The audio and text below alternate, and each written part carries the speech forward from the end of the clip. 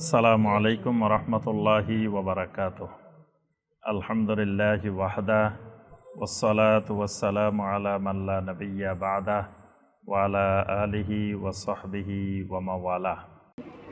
সম্মানিত উলামায়ে কেরাম, সম্মানিত দিনদার মুসলিম ভাই এবং বোনেরা, আল্লাহ রাব্বুল আলামিনের দরবারে কোটি কোটি শুকরিয়া যে মহান রব্বুল আলামিন আমাদেরকে সলাতুল ইশা বা জামাত আদায় করার পরে আল্লাহ রব্বুল আলামিনের ঘরে বসে আল্লাহ সুবহানাহু ওয়া তাআলার নাজিলকৃত কালামে হাকিম থেকে কয়েকটি আয়াতে কারিমার সংক্ষিপ্তভাবে তাফসীর করার এবং শোনার তৌফিক দিয়েছেন। সে মহান রব্বুল আলামিনের শুকর আদায় করি, সকলে বলি আলহামদুলিল্লাহ। সম্মানিত ভাই ও বোনেরা, আমাদের অত্র মসজিদে ধারাবাহিক কোরআনে কারিমের তাফসিরে, এর আগের তাফসিরে আমরা যে সূরাটি থেকে তাফসির করেছিলাম, সূরাটির নাম ছিল, মনে আছে আপনাদের কোন সূরা? সূরা আন-নাবা। আজকে যে সূরা থেকে আমাদের তাফসির হবে ইনশাআল্লাহ, সূরাটির নাম হলো সূরা আন-নাজিআত। সূরা আন-নাজিআত। আজকে যে সূরাটি থেকে আমরা সংক্ষিপ্ত তাফসির করব, এই সূরাটি মাক্কি সূরা, অর্থাৎ নবী সাল্লাল্লাহু আলাইহি ওয়াসাল্লামের হিজরতের পূর্বে আল্লাহ রাব্বুল আলামিন এই সূরাটি নাজিল করেছেন। এই সূরাটি মাক্কি যুগেরও একেবারে প্রথম দিকে আল্লাহ রাব্বুল আলামিন নাজিল করেছেন। এই কারণে এই সূরাটির মধ্যে শরীয়তের কোনো হুকুম আহকাম, বিধিবিধান, মাসালা মাসায়েল, এই বিষয়গুলো আলোচিত হয়নি। এই সূরাটির মধ্যে বিশেষ করে আল্লাহ রাব্বুল আলামিন ঈমানের একটি গুরুত্বপূর্ণ রোকন, আল ঈমান বিল ইয়াউমিল আখির, আখিরাতের প্রতি ঈমান, এই আখিরাতের প্রতি ঈমানের বিষয়টিকে আল্লাহ রাব্বুল আলামিন গুরুত্ব দিয়ে এই সূরার মধ্যে তুলে ধরেছেন। কারণ যেই সময়ে আল্লাহ রাব্বুল আলামিন এই সূরাটি নাজিল করেছেন, ওই সময় কাফেরদের কাছে সবচাইতে আশ্চর্যজনক বিষয় ছিল আখিরাত। কারণ তারা এতদিন বিশ্বাস করে আসছে যে মারা যাবে, শেষ, মারা গেছে, তার জীবন শেষ, মারা যাওয়ার পরে তার আর কোনো নতুন জীবন নাই। কিন্তু নবী সাল্লাল্লাহু আলাইহি ওয়াসাল্লাম যেই ইসলামের দাওয়াত নিয়ে এসেছেন, এই ইসলাম বলতেছে না, মারা যাওয়ার পরে তোমার জীবন শেষ না, মারা যাওয়ার পরে তোমার আরেকটা জীবন শুরু। একটা জীবনের সমাপ্তি, আরেকটা জীবনের শুরু। হায়াতুদ দুনিয়ার সমাপ্তি, হায়াতুল আখিরার শুরু। এবং যেই হায়াতুল আখিরার শুরু হবে, এটার আর শেষ নাই। তো এই যে বিষয়টা, মৃত্যুর পরবর্তী জীবন, এটা ওই যুগের মধ্যে মুশরিকদের কাছে, কুফফারদের কাছে সবচাইতে আশ্চর্যজনক বিষয়, মহা আশ্চর্যজনক বিষয়। তারা এটা কোনোভাবেই মেনে নিতে পারতেছে না যে মানুষ মারা যাবে, পচে গলে শেষ হয়ে যাবে, তারপরে কিভাবে আবার আল্লাহ রাব্বুল আলামিন তুলবেন, আবার বিচার করবেন, আবার জান্নাত জাহান্নাম দিবেন। এই বিষয়গুলো তাদের কাছে খুবই অস্পষ্ট মনে হচ্ছিল, বিশ্বাস করতে পারতেছিল না। আচ্ছা, মৃত্যু পরবর্তী যে জীবন, এই জীবনের নাম কি? জি, আখিরাত, মানে হায়াতুল আখিরাহ। একটা হায়াতুল দুনিয়া আর একটা হায়াতুল আখিরাতের জীবনের আবার অনেকগুলো স্তর আছে। আখিরাতের জীবনটাও কয়েকটা স্তরে বিভক্ত। প্রথম যে স্তরটা মৃত্যুর পরে 1 নম্বর যে স্তর, এই স্তরের নাম কি? কবর। প্রথম স্টেশন, প্রথম স্তর যেটা আখিরাতের জীবনে, সেটা হলো কবর। কবরটা 2 ধরনের হতে পারে, একটা হলো নাঈমুল কবর, আর একটা হলো আযাবুল কবর। অর্থাৎ কবরের এই জীবনটার আরেকটা নাম হলো বারজাখী জীবন। এই জীবনটার আরেকটা নাম বারজাখী জীবন। এই বারজাখী জীবনের সময়টা, এটা হয় নাঈমুল কবর অথবা আযাবুল কবর। এই সময়ের মধ্যে এই কবরে হয় সে নিয়ামত প্রাপ্ত হবে অথবা সে আযাব প্রাপ্ত হবে। এই জন্য আযাবুল কবরে হাক্কুন, এটা আহলুস সুন্নাহ ওয়াল জামাতের সর্বসম্মত আকীদা। কবরের আযাব এটা সত্য, আযাবুল কবরে হাক্কুন। এই আযাবুল কবরে হাক্কুন, এই বিষয়ে যদি কারো মনে বিন্দুমাত্র সন্দেহ থাকে, সে কাফের হয়ে যাবে, তার ঈমান থাকবে না। বর্তমানে কিছু মুসলিম এইভাবে ঈমান হারা হইতেছে। ইদানিং এই গত কয়েক বছরের মধ্যে দেখা যায় কিছু মুসলিম বলে যে কবরের আযাব নাই, কোরআনের মধ্যে নাকি আযাবে কবরের কোনো কথা নাই। আচ্ছা, কোরআনের মধ্যে না থাকুক, কোরআনের মধ্যে কি সব জিনিস বিস্তারিত থাকতে হবে? এটা তো জরুরি না। নবী সাল্লাল্লাহু আলাইহি সাল্লামের সহিহ হাদিসে থাকলেই তো হইল। এই বিষয়টা কোরআনে কারিমেও আছে, নবী সাল্লাল্লাহু আলাইহি সাল্লামের অসংখ্য হাদিসেও আছে। আমি আমার যে বইটা আরকানুল ঈমান, এই বইতে আযাবুল কবরের অনেকগুলো আয়াত আমি ওখানে তুলে ধরেছি। কোরআনে কারিমে আযাবে কবরের আয়াত আছে। তাহলে আযাবে কবর অস্বীকার করা মানে কোরআনকে অস্বীকার করা, নবী সাল্লাল্লাহু আলাইহি ওয়াসাল্লামের অসংখ্য হাদিসকে অস্বীকার করা। তাহলে তার ঈমান থাকবে না, কাফের হয়ে যাবে। আর কিছু মানুষ এখন মানুষের মধ্যে এই সংশয় সৃষ্টি করে যে আপনি মানুষকে কবরের আযাব যদি নাও থাকে, তা মানুষের যাই যে বলার দরকার আছে, ভাই কবরের আযাব নাই, এই কথা বলার দরকার আছে? এটা বলা মানে তাকে আপনি যে মুক্ত করে দিলেন, আর আমলও করার দরকার নাই, সে যা শয়তানি মনে চায় সব করুক, যেহেতু কবরের আযাব নাই, তাইলে আর ভালো কাজ করার দরকারটা কি? সে যা মনে চায় তাই করতে পারে, এটাই তো উদ্দেশ্য। না হয় এটা তো আপনার দাওয়াতের বিষয়বস্তু না। দাওয়াতের বিষয়বস্তু হবে তাওহীদ, মানুষকে দাওয়াত দিতে হবে আল্লাহ রাব্বুল আলামিনের তাওহীদ। আমি সবসময় বলি যে একদিন আমাকে একজন বলতেছে যে আজকে সকালে একটা বিষয় নিয়ে আমাদের মধ্যে বিশাল বিতর্ক। তা আমি জিজ্ঞাসা করলাম, কি বিষয় নিয়ে এত বড় বিতর্ক? বলে যে আমি চা দোকানে গেলাম, গিয়ে সবাইকে বললাম যে দেখো, আল্লাহ রসুল সাল্লাল্লাহু আলাইহি সাল্লামের দাওয়াত পেয়ে আমরা জান্নাতি হব, আল্লাহ রসুলের আব্বা আম্মা জাহান্নামে গেছে। কোথায় যাই বলতেছে? চা দোকানে যাই বলতেছে।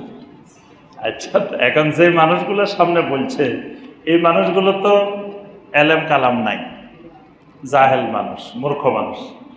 এই মানুষগুলো শুরু করছে তার উপরে আক্রমণ। মিয়া তুমি কাফের হয়ে গেছো, কাফের হয়ে গেছো, তোমার ঈমান নাই, কারণ তুমি আল্লাহ রসুলের মা বাপ নিয়ে এত বড় সাংঘাতিক কথা বলছো, তাহলে তোমার ঈমান আছে নাকি?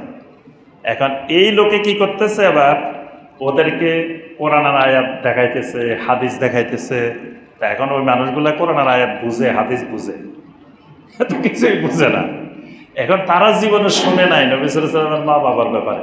তা আপনি হঠাৎ করে ওই মানুষগুলোর সামনে যায়, একটা সেনসিটিভ বিষয়, এটা তো দাওয়াতের বিষয় না। আল্লাহ পাক কিয়ামতের ময়দানে আপনাকে আমাকে জিজ্ঞাসা করবে যে আল্লাহ রসুলের আব্বা আম্মা জান্নাতে যাবে না জাহান্নামে যাবে, এটা জিজ্ঞাসা করবে। তো এই বিষয়টা নিয়ে আপনি ওখানে বিতর্ক লাগানোর দরকারটা কি? আপনি ওই মূর্খ মানুষগুলাকে, সাধারণ মানুষগুলাকে তাওহীদের দাওয়াত দিবেন। তারা তাওহীদ বুঝে না, শিরিক বুঝে না, কুফর বুঝে না, বেদাত বুঝে না। আপনি তাদেরকে এই বিষয়গুলো সুন্দর করে তাদেরকে ভালোবেসে মহব্বতের সাথে বুঝাই দেন। দাওয়াতের প্রথম বিষয় হলো মানুষ আপনাকে মনে করতে হবে আপনি তার কল্যাণকামী। যতক্ষণ সে মনে করবে না যে আপনি তার কল্যাণকামী, এতক্ষণ সে আপনার দাওয়াত গ্রহণ করবে না। সে যদি মনে করে আপনি তার শত্রু, আপনি তার ক্ষতি করতে চান, তাহলে কিন্তু সে জীবনেও কোনোদিন আপনার দাওয়াত গ্রহণ করবেন। এই জন্য যত নবী রাসূল পৃথিবীতে আসছেন, সমস্ত নবী রাসূলেরা প্রথমে জনগণকে গিয়ে বলতেন, ইন্নী লাকুম নাসিহুন আমিন, আমি তোমাদের সবচেয়ে বড় কল্যাণকামী।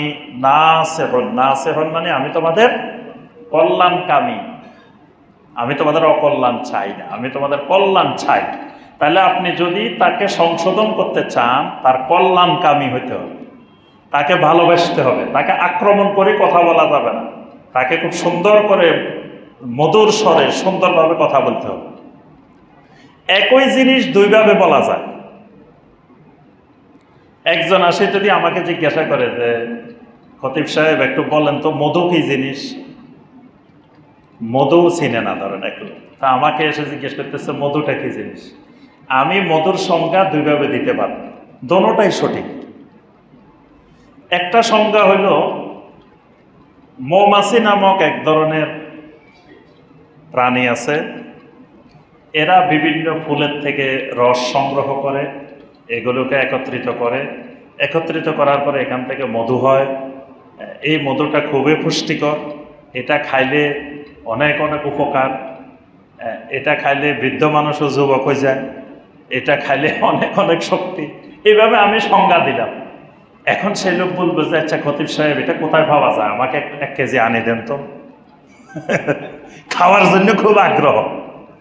আচ্ছা, আবার যদি আমি বলি যে মৌমাছি নামক এক ধরনের প্রাণী আছে, এই প্রাণী বিভিন্ন ফুলের থেকে রস সংগ্রহ করার পরে এগুলো সে খায়, তার পেটে যায়, পরবর্তীতে সে পায়খানা করে, ওই পায়খানাগুলোর নাম হলো মধু। কথা সংজ্ঞাটা কিন্তু ভুল হয় না, সংজ্ঞাটা কিন্তু সঠিক। এটা মৌমাছির আগে পেটে যায়, তারপরে কিন্তু পেটের থেকে বাইরে।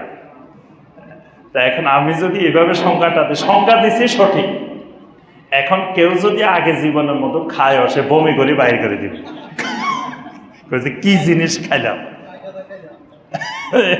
তাহলে একজন দায়ী ইলাল্লাহ যিনি হবেন, মানুষকে আল্লাহর দিকে ডাকবেন, দাওয়াত দিবেন, তিনি ওই সত্য কথাটাও, সঠিক কথাটাও এমন সুন্দর ভাষায় বলতে হবে যাতে মানুষ কাজটা করার জন্য আগ্রহী হয়।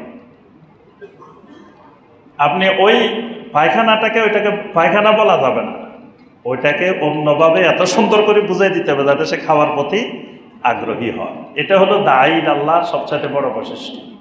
এই জন্য আল্লাহ পাক নবী সাল্লাল্লাহু আলাইহি ওয়াসাল্লামকে বলছেন, ফাবিমা রাহমাতিম মিনাল্লাহি লিনতা লাহুম, আল্লাহ রাব্বুল আলামিনের বিশাল অনুগ্রহ আপনার উপরে, আল্লাহ পাক আপনাকে কোমলভাষী মিষ্টভাষী বানিয়েছেন, আপনাকে কোমলভাষী মিষ্টভাষী বানিয়েছেন। যদি এটা না বানাইতো এত মানুষ আপনার পাশে সমবেত হইতো না।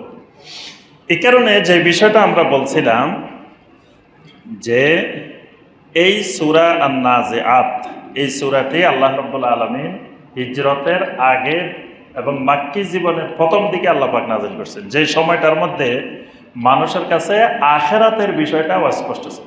তা আখিরাতের আমরা স্তরগুলো বলতেছিলাম। 1 নম্বর স্তর কবর,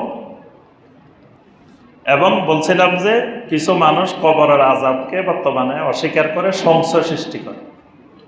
এই সংশয় সৃষ্টি করা কুফরি কাজ, অস্বীকার করা কুফরি কাজ। আচ্ছা, কবরের পরে যে জিনিসটা আখিরাতের ঈমান, সেটা হলো আশরাতুস সাআ, মানে কিয়ামতের আলামতগুলোকে বিশ্বাস করতে হবে, এটাও আখিরাত। আচ্ছা, তো কিয়ামতের আলামতগুলো হবে দুনিয়ার মধ্যে, বিশ্বাস আখিরাতের মধ্যে কেন? কারণ যখন হবে কিয়ামতের আলামতগুলো, আমি আপনি থাকবো কবর। বুঝে আসছে? কথা বুঝেন নাই? মানে কিয়ামত যখন হবে তখন তো আমরা থাকবো কোথায়? কবরে। তো ওইটা তো আমাদের আখেরাত, কিন্তু ঘটনা ঘটবে দুনিয়াতে। যখন ঈসা আলাইহিস সালাম আসবেন, যখন দাজ্জাল আসবে, যখন মাহদি আসবে, তারপরে যখন পৃথিবীতে ভূকম্পন হবে, যখন ইয়াজুজ মাজুজ বের হবে, তারপরে যখন দাব্বাতুল আরদ বের হবে, এইভাবে যে কাজগুলো ঘটবে কিয়ামতের আগে, তখন কাজগুলো ঘটতেছে দুনিয়াতে, আমি আপনি আছি কোথায়? কবরে। তাহলে আমার আপনার জন্য এটাও কিন্তু আখিরাত। এরপরে আপনার যে জগৎটা আসবে সেটা হলো আল হাসর। হাসর, আল্লাহ রাব্বুল আলামিন হাসরের ময়দানে একত্রিত করবে। 4 নম্বরে যে জগৎটা আসবে, স্তরটা আসবে, সেটা হলো হিসাব। হাসরের ময়দানে একত্রিত করার পরে হিসাব শুরু হবে। 5 নম্বরে যেটা হবে সেটা হলো মিজান। মিজানের একটা স্তর আছে। প্রত্যেক মানুষের জন্য আল্লাহ রাব্বুল আলামিন মিজান স্থাপন করবে। মিজানটা কেমন এটা আল্লাহ ভালো জানে। এটার অর্থ আমরা মিজান বললে আমরা মনে করি দাড়িপাল্লা। এখন এটা মিজান মানে ওজন করার যন্ত্র। কিরকম যন্ত্র, কি দিয়ে আল্লাহ ওজন করবেন, এটা আল্লাহ সুবহানাহু ওয়া তাআলাই ভালো জানেন, আমরা জানি না। এরপরে আরেকটা স্তর আসবে মিজানের পরে, সেটা হলো সিরাত। সিরাত মানে ফুল সিরাত, সিরাত পার হওয়া। একটা স্তর হবে শাফাআত, তারপরে গিয়ে জান্নাত অথবা জাহান্নাম। এই সবগুলো মিলে আখিরাত।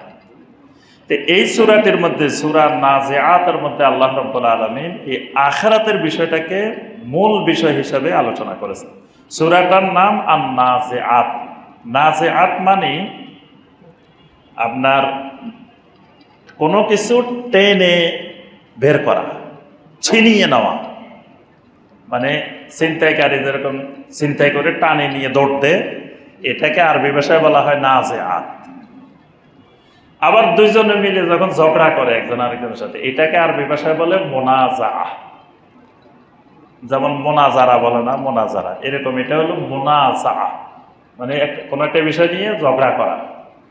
তো নাজিআত মানে কোনো কিছু ছিনিয়ে বের করে দ্রুত গতিতে নিয়ে যাওয়া, এটার নাম নাজিআত। এখানে নাজিআত বলতে আল্লাহ রাব্বুল আলামিন ফেরেশতাদেরকে বুঝাইছেন। নাজিআত মানে মালাইকা। কোন মালাইকা? যেই মালাইকারা রূহ কবজ করে। তো এখানে 2 ধরনের ফেরেশতা রূহ কবজ করে। মালাকুল মাউত 2 ধরনের। এক ধরনের হলো কাফেরদের, ফুজ্জারদের রূহ কবজ করার জন্য এক ধরনের ফেরেশতা আসেন। মুমিন বান্দাদের, সালেহিনদের, দিনদার মানুষের রূহ কবজ করার জন্য আরেক ধরনের ফেরেশতা আসে। এটা এই ডিপার্টমেন্টের 2 ভাগে বিভক্ত। কাফেরদের জন্য যে ফেরেশতারা আসে এদের নাম নাজিআত, আর মুমিনদের জন্য যারা আসে এদের নাম নাশিতাত। এজন্য ভাষাভাষী প্রথম আয়াতে বলছেন ওয়ান নাজিআতে গারকান, পরের আয়াতে আল্লাহ বলছেন ওয়ান নাশিতাতে নাশতান। এই নাশিতাত হলো ওই ফেরেশতাগুলো যেগুলো ঈমানদারদের রূহ নেওয়ার জন্য আসে, আর নাজিআত যেগুলো কাফের মুশরিকদের, গুনাহগারদের রূহ কবজ করার জন্য আসে। আচ্ছা, রূহ কবজ করে কোন ফেরেশতা বলেন তো দেখি? জি, আজরাইল। আজরাইল নামে কোনো ফেরেশতা কোরআনে কারিমেও আসে নাই, নবী সাল্লাল্লাহু আলাইহি ওয়াসাল্লামের কোনো হাদিসেও আসে না। কিন্তু আমাদের এই অঞ্চলে খুব বহুল প্রচলিত, সবাই জানে যে আজরাইল রূহ কবজ করে। কিন্তু আজরাইলটা ইহুদিদের, ইসরায়েলিদের অনেক বর্ণনার মধ্যে, অনেক বইয়ের মধ্যে নামটা আছে, কিন্তু কোরআনে কারিমেও আল্লাহ পাক আমাদেরকে বলেন নাই, বা নবী সাল্লাল্লাহু আলাইহি ওয়াসাল্লামও কোনো হাদিসে আজরাইল নামে কোনো ফেরেশতার নাম উল্লেখ করেন নাই। বাকি 3 জনের নাম কোরআনে কারিমে আছে। কি কি নাম? জিবরাইল, ইসরাফিল, মিকাইল। এদের নাম কোরআনে এবং সহিহ হাদিসে এদের নাম পাওয়া যায়। হ্যাঁ, এদের সাথে মিলে আজরাইল এসে গেছে। তো মূলত রূহ কবজ করেন মালাকুল মাউত, মৃত্যুর ফেরেশতা। এদের আলাদা কোনো নাম নাই, এদের নামে হলো মালাকুল মাউত। আল্লাহ রাব্বুল আলামিন প্রথমে ফেরেশতাদের কিছু কাজের কসম করছেন। এক নম্বরে যেটি কসম করছেন সেটি হলো ওয়ান্নাজিআতি গারকান, ওই ফেরেশতাগুলোর কসম যেই ফেরেশতাগুলো প্রচণ্ড গতিতে ডুব দিয়ে রূহকে বের করে নিয়ে আসে। গারকান মানে ডুব দিয়ে, ডুব দিয়ে ওই কাফের মুশরিকের ভিতর থেকে রূহটাকে বের করে নিয়ে আসে। ডুব দিয়ে কেন? এই ডুব দেওয়া দ্বারা বোঝানো হয়েছে কষ্ট দিয়ে, মানে কষ্টের সাথে তার রূহটা এই ফেরেশতারা বের করে। আল্লাহ পাক এই ফেরেশতাদের কসম করছে। 2 নম্বরে ওয়ান্নাশিতাতি নাশতান, নাশিতাত মানে মৃদুভাবে হালকাভাবে যারা টেনে বের করে। যেমন আটার খামির আছে না, আটার খামির, আটার খামিরের মধ্যে যদি একটা চুল, ভিতরে একটা চুল, এই চুলটা যেভাবে মসৃণভাবে টান দিলেই বের হয়ে চলে আসে, এটা হলো নাশিতাত। এই নাশিতাত থেকে মেনসাত, মেনসাত মানে চিরুনি, চিরুনি দিয়ে যেভাবে করে এটাকে আরবিতে বলা হয় নাশিতাত। নবী সাল্লাল্লাহু আলাইহি সাল্লামের কাছে একদিন 3 জন কবি আসলো, মুশরিকদের কবি। তারা জানে যে আল্লাহ রাসূল সাল্লাল্লাহু আলাইহি সাল্লাম কবিতা জানেন না, কারণ রাসূল কবি না। তো নবী সাল্লাল্লাহু আলাইহি সাল্লামের সাথে তারা দেখা করার অনুমতি চাইল। আল্লাহ রাসূল অনুমতি দিলেন। দেওয়ার পরে এরা নবী সাল্লাল্লাহু আলাইহি সাল্লামের সামনে এসে আল্লাহ রাসূলকে অপমান করে কবিতা বলা শুরু করছে। জানে আল্লাহ রাসূল কবিতা দিয়ে জবাব দিতে পারবেন না। আল্লাহ রাসূল সাল্লাল্লাহু আলাইহি সাল্লাম তখন বললেন যে তোমাদের মধ্যে, সাহাবায়ে কেরামকে বললেন, তোমাদের মধ্যে কে আছে যে আমাকে কবিতার মাধ্যমে সহযোগিতা করবে? তখন হাসান ইবনে সাবিত রাদিয়াল্লাহু তাআলা তিনি উঠে দাঁড়ায় গেলেন। আনা আলাহা ইয়া রাসূলুল্লাহ, হে আল্লাহ রাসূল সাল্লাল্লাহু আলাইহি ওয়াসাল্লাম, আমি হাজির। এদের কবিতার জবাব দেওয়ার জন্য আমি হাসান ইবনে সাবিত রেডি আছি। হাসান ইবনে সাবিত কবি, কিন্তু এরকম বড় কবি না। তখন আল্লাহ রাসূল সাল্লাল্লাহু আলাইহি ওয়াসাল্লাম আল্লাহর কাছে দোয়া করলেন, আল্লাহুম্মা আইয়িদহু বিরূহিল কুদুস, আয় আল্লাহ আপনি হাসান ইবনে সাবিতকে জিবরাইল আলাইহিস সালামকে দিয়ে সহযোগিতা করেন। কারণ হাসান ইবনে সাবিত ওই মানের কত বড় কবি না আছে এদের কবিতার সাথে সাথে জবাব দিতে পারবে। এজন্য আল্লাহ যদি জিবরাইল আলাইহিস সালাম দিয়ে সাহায্য করেন, তাহলে তিনি সাথে সাথে সব কবিতা দিয়ে জবাব দিতে পারবেন। এখন নবী সাল্লাল্লাহু আলাইহি ওয়াসাল্লাম হাসান ইবনে সাবিতকে বললেন, হাসান কাইফা তাহজু কুরাইশান ওয়া আনা মিনহুম, ও হাসান তুমি যে এদের কথা জবাব দিবা, তো জবাব দেওয়ার সময় তো তুমি কুরাইশদেরকে ব্যঙ্গ বিদ্রুপ করে তোমার কবিতা বলা লাগবে। তো কুরাইশদেরকে যদি তুমি ব্যঙ্গ বিদ্রুপ করো, তো ওয়া আনা মিন কুরাইশ, আমি রাসূল তো কুরাইশ, তাহলে কি হবে অবস্থাটা? তখন হাসান ইবনে সাবিত রাদিয়াল্লাহু তাআলা আনহু অত্যন্ত চমৎকার একটা কথা বলছেন, ইয়া রাসূলুল্লাহ আনা আসল্লুকা মিনহুম কামা তুসাল্লু শারাতু মিনাল আজিন। ওই আটার খামিরের মধ্যে একটা চুল ঢুকলে ওই চুলটাকে যেভাবে সহজভাবে টেনে বের করা যায়, আমি কুরাইশদেরকে ব্যঙ্গ বিদ্রুপ করব, কিন্তু ওই চুলের মতো টেনে আপনাকে বের করে নিব। সুবহানাল্লাহ, কি চমৎকার কথা! হাসান ইবনে সাবিত রাদিয়াল্লাহু তাআলা। এজন্য হাসান ইবনে সাবিত রাদিয়াল্লাহু তাআলার উপাধি হইল শায়রুর রাসূল সাল্লাল্লাহু আলাইহি ওয়াসাল্লাম। তিনি নবী সাল্লাল্লাহু আলাইহি ওয়াসাল্লামের কবি।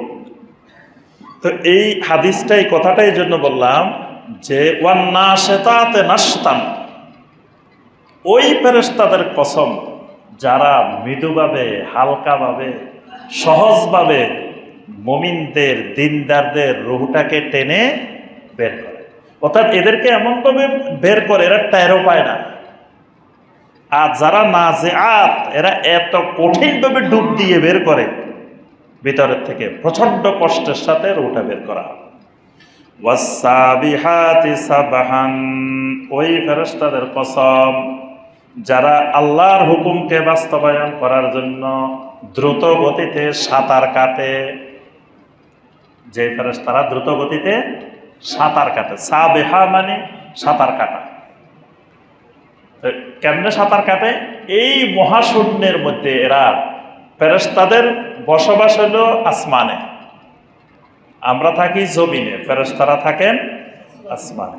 এই আসমান থেকে জমিনে এরা যে আসা যাওয়া করে, উপরের থেকে তাকাইলে মনে হবে কোটি কোটি ফেরেশতা সাঁতার কাটতেছে, মহাশূন্যের মধ্যে সাঁতার কাটতেছে। এটা সাঁতার কাটার মতো, যাইতেছে আসতেছে, যাইতেছে আসতেছে, কোটি কোটি অসংখ্য অগণিত ফেরেশতা।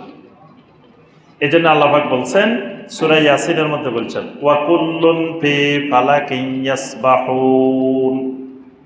সূর্য, চন্দ্র, গ্রহ, উপগ্রহ, নক্ষত্ররাজি যা আছে সবগুলো মহাশূন্যের মধ্যে ইয়াসবাহুন। ইয়াসবাহুন মানে সাঁতার কাটতেছে।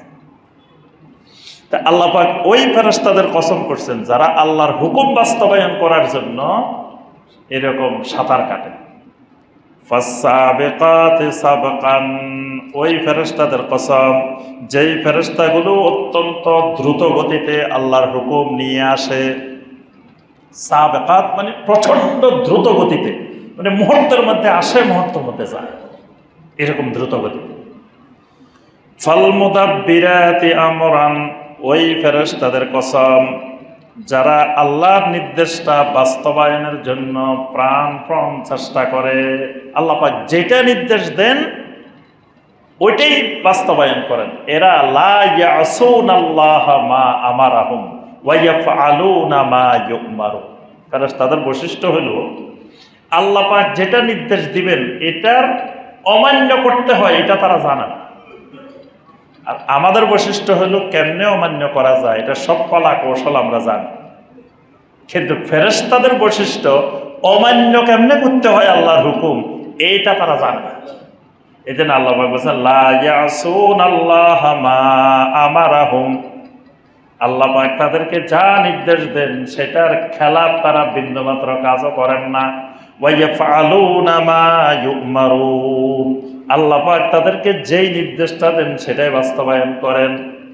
এখানে আল্লাহ পাক বলছেন ফাল মুদাব্বিরাতি আমরান, এরা আল্লাহর হুকুমটা বাস্তবায়নের জন্য প্রাণপণ চেষ্টা করে যায়। ইয়াউমা তারজুফুর রাজিফা, ওই দিনেরও কসম যেই দিন তারজুফুর রাজিফা, পৃথিবীটাকে প্রচণ্ড আকারে ধাক্কা দেওয়া হবে, ভূকম্পন সৃষ্টি করা হবে। রাজফা মানে ভূমিকম্প, প্রচণ্ড আকারে কম্পন। কোন সময়? ইসরাফিল আলাইহিস সালামের যখন সিংহায় ফুৎকার দেওয়া হবে। ইসরাফিল আলাইহিস সালামের সিংহায় ফুৎকার কয়বার দেওয়া হবে? 3 বার। তো প্রথমবার দেওয়ার পরে পৃথিবীর মধ্যে সব কিছু ধ্বংস হয়ে গেল। তারপরে যখন আল্লাহ রাব্বুল আলামিন আবার নির্দেশ দিবেন তখন মানুষগুলো আস্তে আস্তে আবার কবর থেকে ওঠা শুরু হবে। আর তৃতীয় ফুৎকারে মানুষগুলো ইয়ানজুরুনা ইলা কিয়ামি রাব্বিল আলামিন, আল্লাহ রাব্বুল আলামিনের দিকে দাঁড়ানোর জন্য হাজির হয়ে যাবে, হাসরের ময়দানে একত্রিত হয়ে যাবে। তো এখানে আল্লাহ পাক বলছেন ওই দিন, যেই দিন প্রচন্ড কম্পন তৈরি হবে, তাতবাউহার রাদিফা, একের পর এক কম্পন আসতে থাকবে। মানে ওই যে একবার ফুৎকার হবে, আবার ফুৎকার হবে, আবার ফুৎকার হবে। কুলুবুন ইয়াউমাইযিন ওয়াজিফা, এদিন মানুষের অন্তরগুলো হয়ে যাবে প্রচন্ড ভীত সন্ত্রস্ত। প্রত্যেকটা মানুষের অন্তরে মারাত্মক আকারের ভীতি কাজ করতে থাকবে, ভয়ে মানুষ কম্পিত হয়ে যাবে। আবসারুহা খাশিআ, তাদের চক্ষুর মধ্যে, চক্ষুগুলার মধ্যে প্রচন্ড ভয় কাজ করতে থাকবে। তাদের চোখের দিকে তাকালে বোঝা যাবে প্রত্যেকটা মানুষ সেদিন প্রচন্ড ভয়ের মধ্যে আছে। ইয়াকুলুনা আইন্না লামারদুদুনা ফিল হাফিরা, তারা একজন আরেকজনের সাথে বলা বলি করতে থাকবে আমরা কি আবার সেই গর্তের দিকে ফিরে যাব নাকি। কোন গর্ত? মানে উঠার পরে কিয়ামতের ময়দানে বলবে যে আমরা কি আবার ওই কবরের দিকে যাব? আইদা কুন্না উযামান নাখিরা, আরে আমরা তো একেবারে হাড্ডি গোশত সব কিছু আমাদের নিঃশেষ হয়ে মিশে গিয়েছিল, একবার তো আমাদের সব মিশে গেছে, অস্তিত্বই ছিল না, আবার আমাদেরকে তোলা হইল, এখন কি আবার আমরা আগের জায়গায় ফিরে যাব? ক্বালু তিলকা ইদান কাররাতুন খাসিরা, তখন বলা হবে, ওই লোকগুলা তারা বলবে, এটাই তো সেই কথা যেই কথা আমাদেরকে বারবার বলা হয়েছিল। যে আসলে আমাদেরকে যে বলা হয়েছিল যে আমরা আবার পুনরায় এই নিচ্ছিন্ন হয়ে যাওয়ার পরে আবার আমরা উঠব, এটাই তো মনে হয় সেই সময়। ইন্নামা হিয়া জাজরাতুন ওয়াহিদা, আল্লাহ রাব্বুল আলামিন বলেন এটা তো একটা শুধুমাত্র শক্ত ধাক্কা, শক্ত কম্পন। ফাইদাহুম বিসাহিরা, যেই কম্পনে সবার ঘুম থেকে জাগ্রত হয়ে গেছে, সব ঘুম ভেঙে গেছে, এক ধাক্কায় সব মানুষকে মাটির ভিতর থেকে বের করে দেওয়া হয়েছে।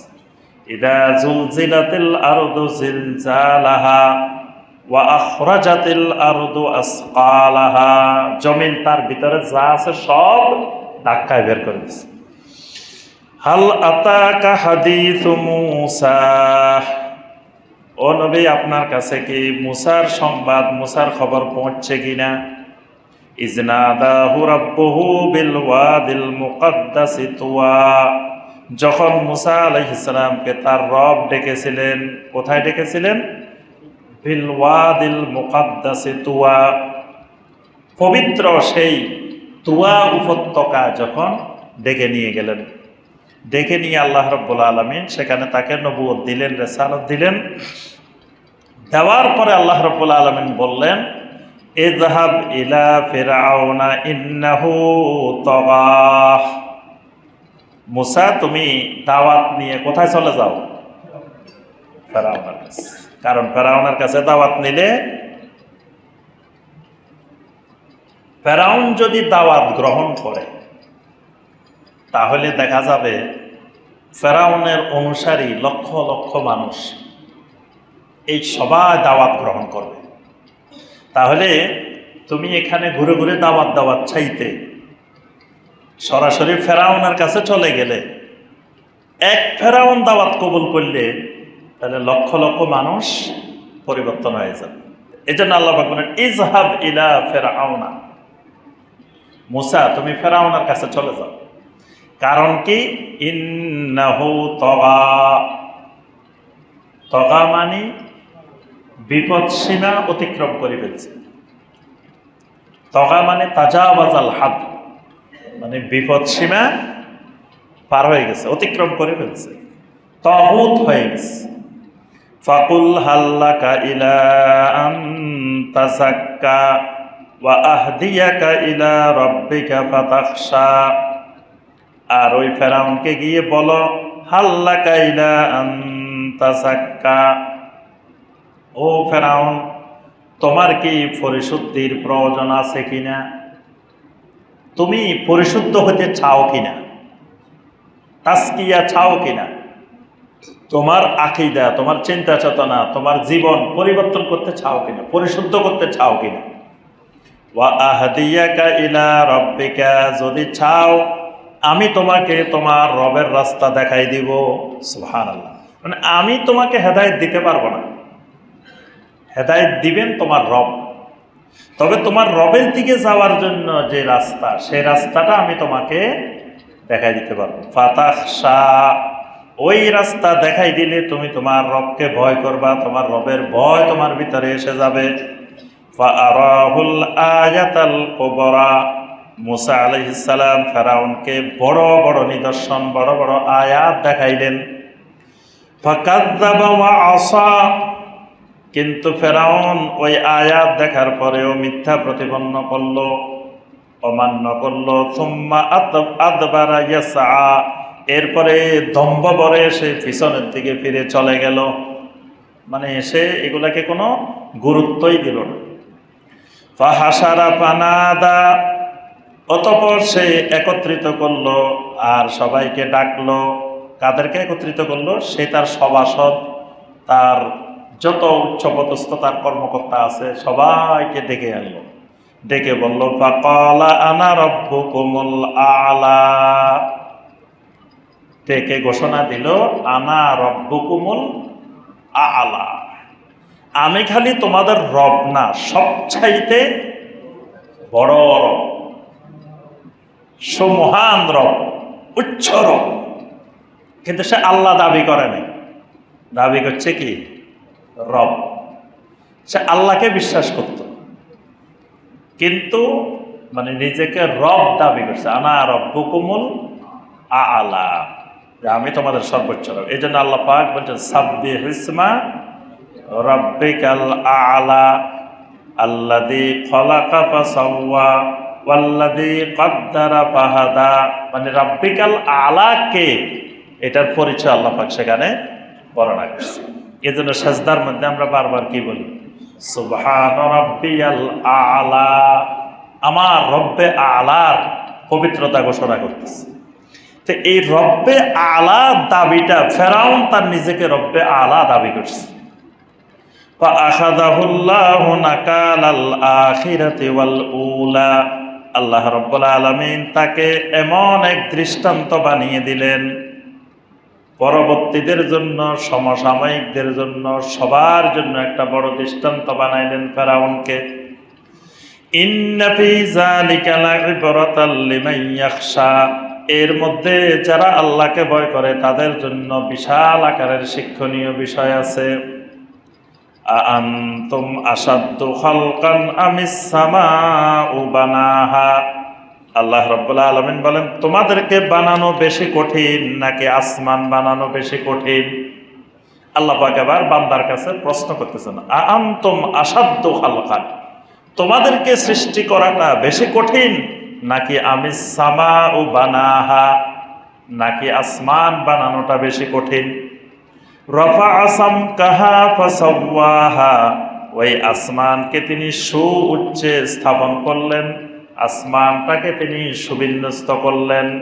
ওয়া আগতাশা লাইলাহা ওয়া আখরাজা দুহাহা, তিনি রাত্রিকে ডেকে দিলেন, প্রভাতকে বের করে নিয়ে আসলেন। মানে এই যে দিন রাত্রির পরিবর্তন, একবার রাত নিয়ে আসেন, রাতটাকে আল্লাহ পাক অন্ধকার করে দেন, ঢেকে দেন, আবার দিন যখন আসে সূর্যের আলো আল্লাহ পাক নিয়ে আসেন। ওয়াল আরদা বা'দা যালিকা দাহাহা, এরপরে আল্লাহ রাব্বুল আলামিন জমিনটাকে তোমাদের জন্য বিছিয়ে দিলেন। আখরাজা মিনহা মাআহা ওয়া মারআহা, জমিনকে বিছিয়ে দেওয়ার পরে জমিনের ভিতর থেকে তোমাদের জন্য পানি বের করে নিয়ে আসেন। জমিনের ভিতরে আবার তোমাদের জন্য পানির ব্যবস্থা আল্লাহ রাব্বুল আলামিন করে রেখেছেন। ওয়া মারআহা, এবং জমিনের ভিতর থেকে বিভিন্ন ধরনের পশু চারণের জন্য বিভিন্ন ধরনের তৃণলতা, ঘাস, গাছপালা এগুলো বের করে নিয়ে আসেন। ওয়াল জিবালা আরসাহা, জমিনের ভিতরে পাহাড় পর্বতগুলোকে আল্লাহ রাব্বুল আলামিন স্থাপন করে দিলেন। মাতা আল্লাকুম ওয়ালি আনআমিকুম, এগুলার মাধ্যমে তোমাদেরও খাবারের ব্যবস্থা হয়, তোমাদের চতুষ্পদ জন্তুগুলারও খাবারের ব্যবস্থা হয়। ফাইদা জাআতিত তাম্মাতুল কুবরা, যখন সেই মহা বিপর্যয় চলে আসবে, কিয়ামতের আরেকটা নাম, কিয়ামতের আল্লাহ পাক কোরআনে কারিমে 40-50টা নাম উল্লেখ করছেন, অনেকগুলা নাম দিয়েছেন কিয়ামতের ময়দানে। তার মধ্যে একটা নাম হলো আত-তাম্মাতুল কুবরা। তাম্মাতুল কুবরা মানে মহা বিপর্যয়, বড় ধরনের বিপর্যয়, এর থেকে বড় বিপর্যয় আর হইতে পারে না। ইয়াউমা ইয়াতাযাক্কারুল ইনসানু মা সাআ, ওই দিন মানুষ যা কিছু সে কামাই করেছিল সেগুলো সেই স্মরণ করতে থাকবে। মানে তাদের উপার্জিত দুনিয়াতে কামাই করা সব কিছু সেদিন তারা স্মরণ করবে। ওয়া বুররিজাতিল জাহিমু লিমান ইয়ারাহ, সেদিন জাহান্নামকেও প্রকাশ করা হবে। লিমান ইয়ারা, যারা দেখতে পাবে। মানে যারা দেখতে চায় তাদের জন্য জাহান্নামটাকেও বের করে প্রকাশ করে নিয়ে আসা হবে। فأما من طغى وآثر الحياة الدنيا فإن الجحيم هي المأوى। ওই মানুষগুলার মধ্য থেকে فأما من طغى, যারা সীমা লঙ্ঘন করবে, وآثر الحياة الدنيا, যারা দুনিয়ার হায়াতটাকে প্রাধান্য দিবে। কিসের থেকে প্রাধান্য দিবে? আখিরাতের থেকে দুনিয়ার হায়াতকে যারা প্রাধান্য দিবে। তাহলে একজন মুমিন প্রাধান্য দিবে কোন হায়াতটাকে? বাল তুসিরুনাল হায়াতাদ দুনিয়া ওয়াল আখিরাতু খায়রুন ওয়া আবকা। মানুষের স্বাভাবিক অভ্যাস, তারা দুনিয়ার হায়াতটাকে প্রাধান্য দেয়। তা আল্লাহ পাক বলেন ওয়াল আখিরাতু খায়রুন ওয়া আবকা। তা আখিরাতের হায়াতটা হলো তোমাদের জন্য সবচাইতে কল্যাণকর এবং অধিক স্থায়ী। অর্থাৎ ঈমানদার জীবনটা গড়ে তুলবে আখিরাতমুখী, দুনিয়ামুখী না। যদি দুনিয়ামুখী হয় ফাইন্নাল জাহিমা হিয়াল মাওয়া, তাহলে জাহান্নামটাই হবে তার আশ্রয়স্থল, তার ঠিকানা। ওয়া আম্মা মান খাফা মাকামা রাব্বিহি, আর যে মানুষগুলো তার রবের মাকামকে ভয় করে, তার রবকে ভয় করে জীবনযাপন করে, তো ভয়ের নমুনাটা কি হবে? ওয়া নাহান নাফসা আনিল হাওয়া। ভয়ের নমুনা হইল সে তার নফসকে হাওয়ার অনুসরণ থেকে বিরত রাখে। হাওয়া মানে কি? জি, প্রবৃত্তি। প্রবৃত্তি মানে কি? জি, মন। আমরা বলি না মন, সহজ কথা হলো মন। মনের ইচ্ছা মতো, মনের খুশি মতো চলা, এটাকে বলা হয় হাওয়া। যে ব্যক্তি রবের মাকামকে ভয় করবে, সে তার মনের খেয়াল খুশি মতো চলতে পারবে না। সে চলবে কি দিয়ে? সে ওহির আলোকে জীবন গড়বে। সে কোরআন সুন্নাহর আলোকে, ওহির আলোকে জীবন গড়বে। একটা হলো ইত্তেবাউল হাওয়া, আর একটা হলো ইত্তেবাউল ওহী। এই জন্য আল্লাহ পাক কোরআনে কারিমে বলেছেন ইত্তাবি মা ইউহা ইলাইকা মির রাব্বিক, তোমার রবের পক্ষ থেকে যে ওহী আসে ওহীর ইত্তেবা করো। তাহলে ইত্তেবা হবে ওহীর। যদি কেউ ওহীর ইত্তেবা না করে, যদি হাওয়ার ইত্তেবা করে, তাহলে জাহান্নাম হবে তার ঠিকানা।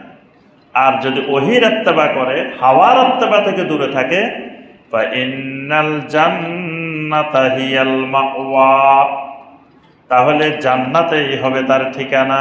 সুবহানাল্লাহ।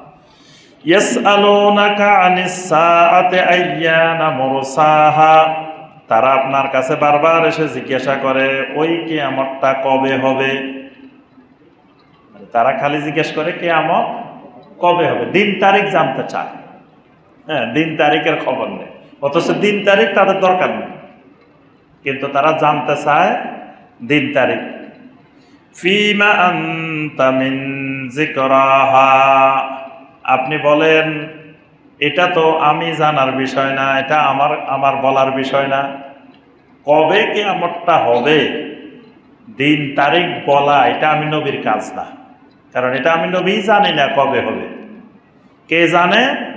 ইলা রাব্বিকা মুনতাহাহা, এটার চূড়ান্ত সীমানা তো তোমার রবের কাছেই আছে। এটা তো রব জানে, আর কেউ এটা জানা সম্ভব নয়। আর তোমার এটা জানার দরকারটা কি? তোমার দরকার হলো কিয়ামত যখনই হোক তুমি কিয়ামতের জন্য প্রস্তুতি গ্রহণ করা। তোমার ঈমান, তোমার আমল, এটাকে ঠিক করা, এটা সুন্দর করা, এটা তোমার কাজ। কিছু মানুষ আছে মাহাদি খোঁজে, ইমাম মাহাদি খোঁজা, ব্যস্ত থাকে। ইমাম মাহাদি খোঁজা এটা দরকার নাই। ইমাম মাহাদি আসলে আসুক, যখন আল্লাহ পাক ভালো মনে করেন তখন পাঠাবেন। কিন্তু আমার কাজ হলো আমার ঈমান, আমার আমলকে সুন্দর করা, বিশুদ্ধ করা। না হয় ইমাম মাহাদি আসলো, আমার ঈমান ঠিক নেই, আমার আমল ঠিক নেই, তো মাহাদি আসে আমার লাভটা কি? এজন্য ইমাম মাহাদি খোঁজা এটা আমাদের কাজ না। ইমানদারের কাজ হলো ঈমান আমলকে ঠিক করা। এক সাহাবী এসে নবী সাল্লাল্লাহু আলাইহি ওয়াসাল্লামকে জিজ্ঞাসা করছেন যে ইয়া রাসূলুল্লাহ মাতা সাআ, কিয়ামত কবে হবে? তো নবী সাল্লাল্লাহু আলাইহি ওয়াসাল্লাম জিজ্ঞেস করলেন, তোমার প্রশ্নের ধরনে মনে হইতেছে মা যা আদাত তালাহা, তুমি একবারে কিয়ামতের জন্য সব রেডি হয়ে বসে রয়েছো। তুমি কি কি প্রস্তুতি নিছ কিয়ামতের জন্য? নবী সাল্লাল্লাহু আলাইহি ওয়াসাল্লাম তাকে জিজ্ঞাসা করলেন, তুমি কি কি প্রস্তুতি নিছ? মানে যখন মানুষের সব রেডি, তারপরে না খবর নেই যে কখন আসবে, তো তোমার কি সব রেডি হয়ে গেছে কিয়ামতের জন্য? এই জন্য ইমানদার এটার দিন তারিখ খুঁজবে না, ইমানদার প্রস্তুতি নিবে। ইন্নামা আনতা মুনজিরু মান ইয়াখশাহা, আর রাসূল আপনি তাদেরকে কিয়ামতের দিন তারিখ জানানো এটা আপনার কাজ না। আপনার কাজ হলো ইন্নামা আনতা মুনজিরু, আপনি হবেন সতর্ককারী। মান ইয়াখশাহা, যে মানুষগুলো ওই দিনকে ভয় করে, কিয়ামতের দিনকে, আখিরাতকে যে মানুষগুলো ভয় করবে ওই মানুষগুলোকে আপনি সতর্ক করবেন। কাআন্নাহুম ইয়াওমা ইয়ারাউনাহা লাম ইয়ালবাসু ইল্লা আশিয়াতান আও দুহাহা, ওই দিন তারা দেখতে পাবে, যখন কিয়ামতের দিনটাকে তারা দেখতে পাবে, তখন তাদের কাছে মনে হবে দুনিয়ার মধ্যে তো তারা এক সকাল অথবা এক বিকাল অবস্থান করেছিল। মানে দুনিয়ার হায়াতটাকে আখিরাতের তুলনায় মনে হবে যে একটা সকাল অথবা একটা বিকাল। মানে এই 60-70 বছর 80 বছরের হায়াতটা মনে হবে দুনিয়াতে একটা সন্ধ্যা অথবা একটা সকাল তারা অবস্থান করছে। অর্থাৎ দুনিয়ার হায়াতটা আমাদের কাছে যত লম্বা মনে হয়, এটা শয়তান আমাদেরকে লম্বা করে দেখায়। শয়তান দেখাতে থাকে তোমার আরো অনেক বাকি, অনেক বাকি, অনেক লম্বা, অনেক লম্বা। এই মানুষদেরকে শয়তান সবসময় এই প্রলোভন দেয়, তোমার আরো অনেক হায়াত বাকি আছে, এত তাড়াতাড়ি হজ করার দরকার নেই, এত তাড়াতাড়ি হজ করলে তুমি হজ ধরে রাখতে পারবে না। হজ ধরে রাখতে রাখতে যে সময় বয়স হবে সে তো দুনিয়াতেই থাকবে না। অনেকে এইভাবে করতে করতে হজ করার সুযোগে পায়নি, কারণ সে তো জানে না কখন দুনিয়া থেকে চলে যাবে। কিন্তু শয়তান মানুষকে দীর্ঘ হায়াতের প্রলোভন দেখায়। তা আল্লাহ পাক বলছেন তোমার কাছে সেদিন মনে হবে ইল্লা আশিয়াতান আও দুহাহা, মনে হবে তুমি একটা সন্ধ্যা বা একটা সকাল পৃথিবীতে অবস্থান করছে। আল্লাহ রাব্বুল আলামিন আমাদের সবাইকে কোরআনে কারিমের এই আয়াতগুলোর আলোকে আমল করার তৌফিক দান করুন। আল্লাহ রাব্বুল আলামিন আমাদের সবাইকে কোরআনে কারিমের সাথে গভীর সম্পর্ক করার তৌফিক দান করুন। আল্লাহ রাব্বুল আলামিন আমাদের জীবনের সকল গুনাহ খাতাকে মাফ করে দিন। আল্লাহ পাক আমাদেরকে আখিরাতের প্রস্তুতি নেওয়ার তৌফিক দান করুন। আমিন ইয়া রাব্বাল আলামিন। সুবহানাকা আল্লাহুম্মা বিহামদিকা আশহাদু আল্লা ইলাহা ইল্লা আনতা আস্তাগফিরুকা ওয়া আতুবু ইলাইক। আসসালামু আলাইকুম ওয়া রাহমাতুল্লাহি ওয়া বারাকাতুহু।